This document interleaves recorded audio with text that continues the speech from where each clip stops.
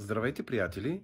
И нека да ви покажа в това видео каква е разликата между обикновените боксове и тези боксове, които са си с оригинална TV операционна система на Android. И какво общо има. В това видео ще ви покажа как да каствате и точно чрез такъв бокс с операционна TV операционна система за Android. Операционната система представлява точно това и тя не трябва да бъде различна.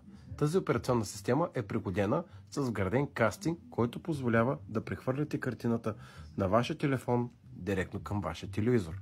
Останете с мен, за да ви покажа как става. Когато сте дали необходимите разрешения, вашия телефон да извършва този процес към вашия телевизор, правите следното.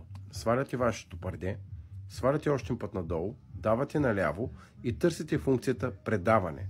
След като дадете предаване, търсите вашето устройство, което се индексира в мрежата, а в случая моето устройство е Shell. Даваме на Shell и казваме, че искаме да стримваме целия екран и казваме предаване на екрана.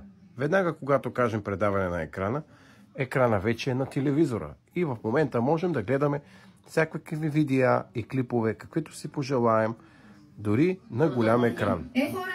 И всичко се прехвърля. Ако искате да изключите тази функция, можете да натиснете просто стриминга и да кажете прекратявам с този кастинг. Прекратявате с кастинга и вашата операционна мигновено се освобождава от този стриминг, с който вашия телефон сте закачили. Така че кабелите вече са хвърлени в историята. Имате възможност директно да прехвърляте вашия телефон към телевизора. Забележете, без кабели.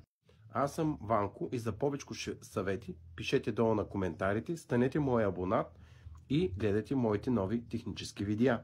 Благодаря ви за вашето преследване.